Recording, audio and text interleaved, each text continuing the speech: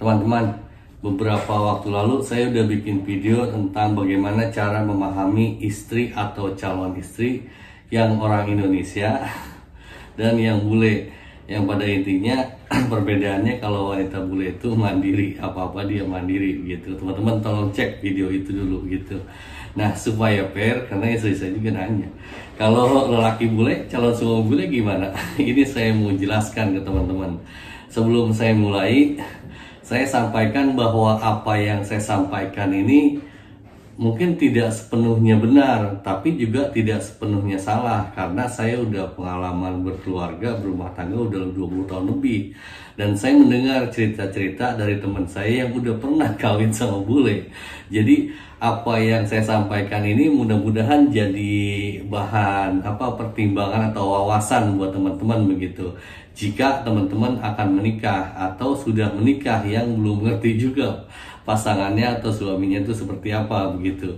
Jadi saya sampaikan ini untuk supaya jadi gambaran wawasan buat teman-teman, supaya teman-teman ngerti gitu, atau setidaknya ada bayangan lah gitu. Karena saya waktu masih muda sebelum nikah, saya nggak dapat pemahaman ini, sehingga ketika saya menikah, waduh, saya asli pusing banget. Dan itu kejadian ke teman-teman saya yang nikah tanpa persiapan, akhirnya wah kok ini kejadiannya seperti ini, apa yang disampaikan orang sama realitanya itu bisa beda begitu. Itulah makanya saya sampaikan.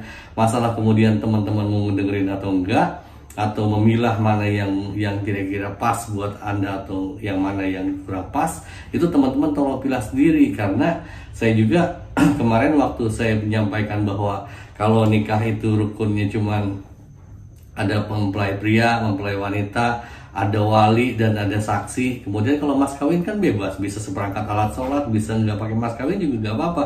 Tapi ketika saya bilang bahwa pesta itu nggak penting, karena di luar negeri itu pesta juga pada ganti, berarti 3 orang teman-teman, 3 orang yang unsubscribe dari channel saya. Buat saya sih nggak masalah, teman-teman mau subscribe, mau unsubscribe juga monggo-monggo aja. Yang penting saya menunaikan apa yang saya pengen sampaikan, supaya teman-teman ada pemahaman gitu ya. Bagian itu tolong dipahami gitu. Saya emang nggak ada kepentingan apa-apa, cuman saya merasa lega ketika menyampaikan ini, karena anak-anak saya juga belum pernah kawin. Ketika mereka kawin, ya mudah-mudahan mereka dapat informasi yang jelas sebelum mereka menjalaninya. Begitu kira-kira. Kita mulai ya teman-teman.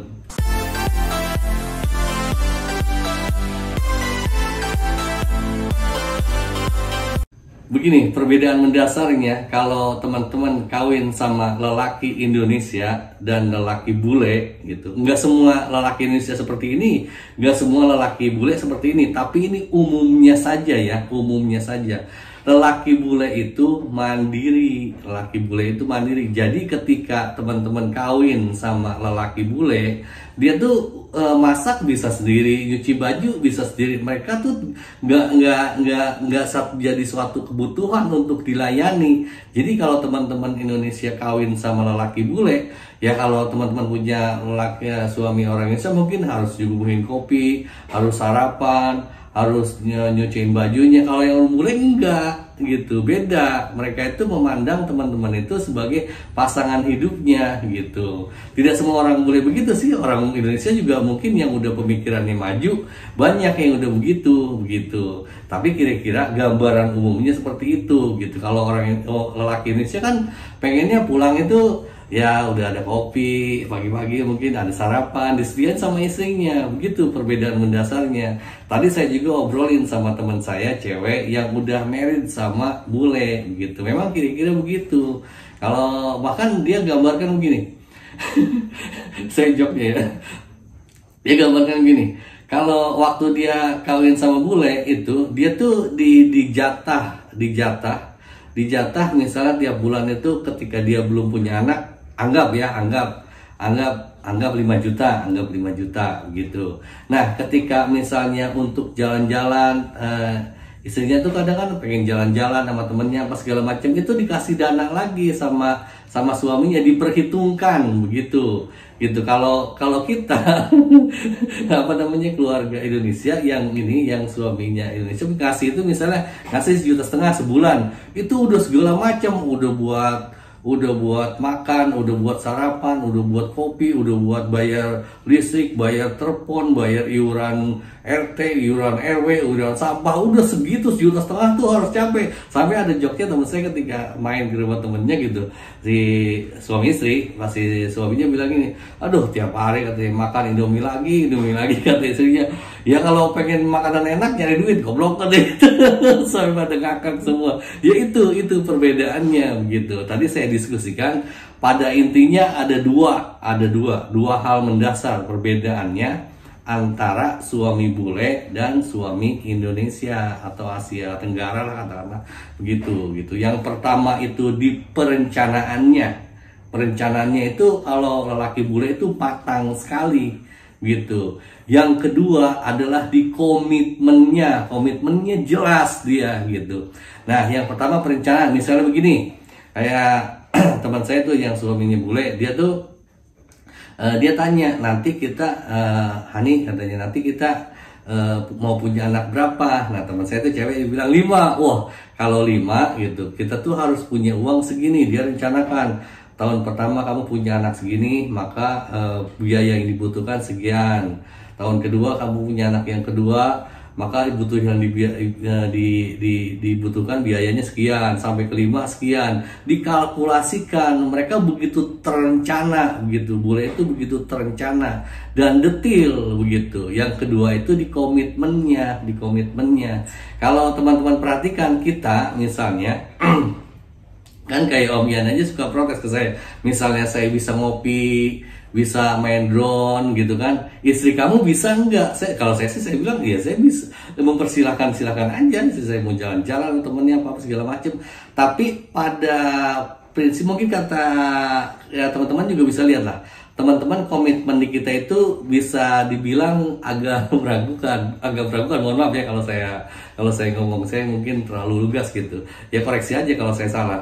Ini misalnya ya, dia tuh komitmennya kan, misalnya ketika mereka menjalin hubungan suami istri, maka si lelaki itu komit hanya ke istrinya aja. Kalau di kita, lelaki kita, kok dia punya istri, tapi dia bisa cari wanita idaman lain, bisa ke tempat pijet, bisa ke tempat karaoke, bisa main cewek segala macam. Kalau bule itu enggak, dia komit sama istri, ya komit gitu. Kalau enggak, misalnya tidak dilakukan pernikahan sama sekali, gitu kan. Bule juga banyak yang pada katakanlah kalau istilah kita kumpul kebo begitu ya, mereka serumah tapi belum married begitu, jadi selama mereka belum married itu saling penjajakan. Tapi ketika mereka memutuskan untuk menikah, maka komitmennya itu kuat sekali gitu, dua-duanya saling menjaga. Beda itu perbedaannya dengan kita. Komitmennya di kita itu meragukan. Kita kan kayak inilah, misalnya kayak contoh lantur, misalnya janji utang, misalnya minjem utang dong, minjem uang dong 100.000 besok bayar. Besoknya itu bisa ntar besok icuk colek, ntar besok icuk colek gitu komitmennya. Kalau mereka boleh enggak, besok ya besok bayar. Ketika mereka ngebayar, maka kepercayaan udah hilang begitu gitu. Jadi perbedaannya itu pertama itu di perencanaannya yang detail begitu kan. Ketika mereka menikah, ya mereka udah siap untuk misalnya harus punya rumah, ya biaya beli rumah berapa, kalau punya anak-anaknya berapa, biaya sekolahnya berapa, sekolahnya sampai di mana begitu, dihitung gitu sampai terencana sedemikian rupa begitu. Kemudian yang kedua di komitmennya, mereka akan saling menjaga begitu. Kalau kita kadang-kadang ya pokoknya kayak contohnya lah, saya yang kemarin aja, bulan kemarin saya ngadain lomba kan, insya Allah saya ikut gitu. Itu waduh, antara omongan sama praktek itu beda. Saya mah enggak, saya ke teman-teman, ke semua, ke Suwogi, ke Su Kardiwa, ke Su Jakral, ke semuanya saya menghormati dan saya ngerti kalau di kita komitmennya memang minim bagian itu. Tapi saya deket asik-asik aja, saya juga orang Indonesia, saya tahu gitu komitmen kita itu bagian itu payah. Makanya kita secara perdagangan internasional juga kita memang kurang gitulah. Itu bagian itu mungkin perbaikannya. Dan sebagai penutup, satu lagi yang saya pengen sampaikan berdasarkan cerita teman saya yang udah nikah sama bule ya gitu. Kalau dia bilang kalau bule married itu maaf ya, bagian ini mungkin ini perlu teman-teman tahu, seksnya tinggi, hubungan seksualnya tinggi. Kenapa? Karena mereka ketika Kerja tuh kerja bener. Kalau di kita kan kerja, kok kita kerja jualan mobil, misalnya di dealer mobil gitu. Tapi kita bisa sambilan nge-grab, bisa sambil jualan makanan, segala macam bisa disambil-sambil. Kalau mereka enggak, kerja tuh kerja. Ketika mereka ketemu sama istrinya, ya mereka berhubungan intimnya itu begitu intensnya begitu. Jadi libidonya tinggi begitu. Tapi itu wajar karena biasanya ketika mereka menjalin hubungan udah saling mencintai, saling menginginkan begitu, dan nggak ada istilahnya pemaksaan gitu. Teman-teman silakan.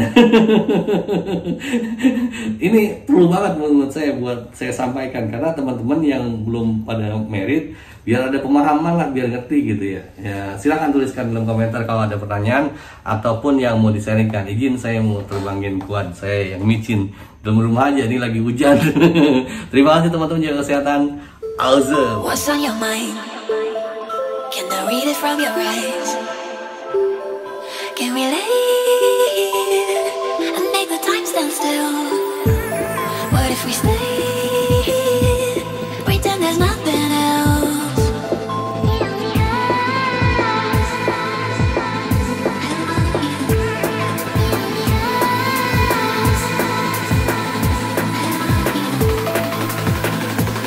What if we stay?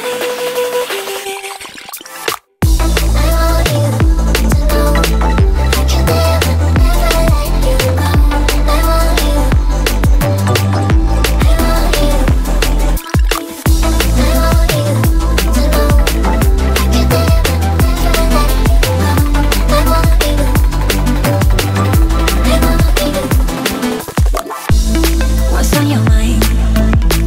Can I read it from your eyes? Can we leave and make the time stand still? What if we stay? Pretend there's nothing else.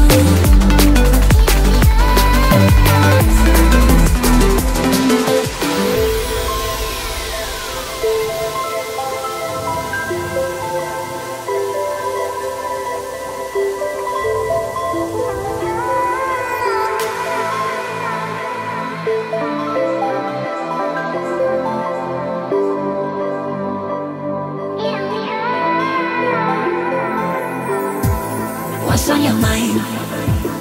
Can I read it from your eyes?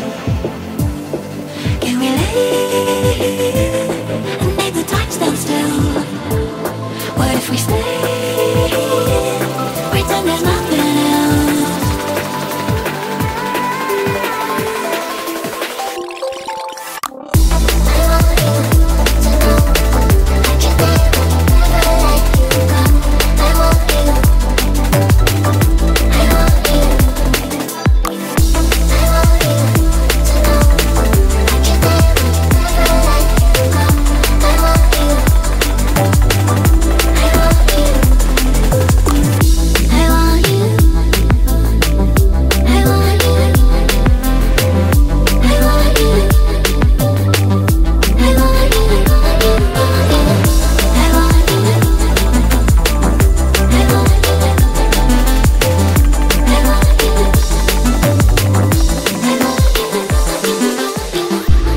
What's on your mind?